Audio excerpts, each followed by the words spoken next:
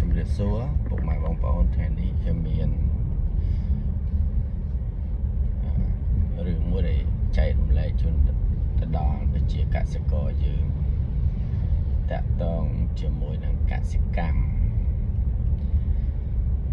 បងប្អូនប្រជាពលរដ្ឋតែងតែគិតថា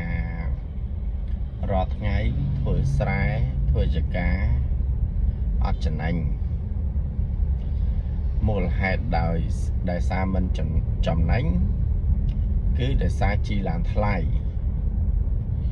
ដោយសារប្រេងសាំងឡើងថ្លៃដោយសារកម្លាំងពលកម្មឡើងថ្លៃប៉ុន្តែបើសិនជាខ្ញុំនិយាយវិញថា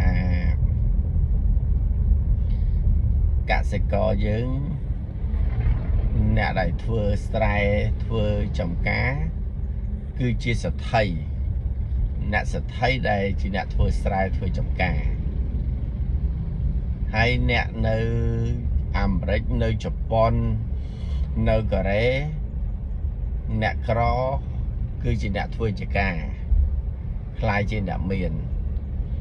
ហើយស្រុកខ្មែរយើងគឺសទ្ធីអ្នកធ្វើស្រែចំការបងប្អូនឆ្ងល់ហ៎ចំមិនបានខ្ញុំនិយាយអញ្ចឹងពេលនឹងខុសគ្នាមិននៅជប៉ុននៅកូរ៉េដែលខ្ញុំធ្លាប់ស្រាវជ្រាវមកបងប្អូនត្រូវដឹងថានៅកូរ៉េនៅជប៉ុនណាគេធ្វើស្រែធ្វើចំការគេធ្វើខ្លួនឯងមូលហេតុដែលខ្ញុំនិយាយថាអ្នកក្រធ្វើស្រែធ្វើចំការ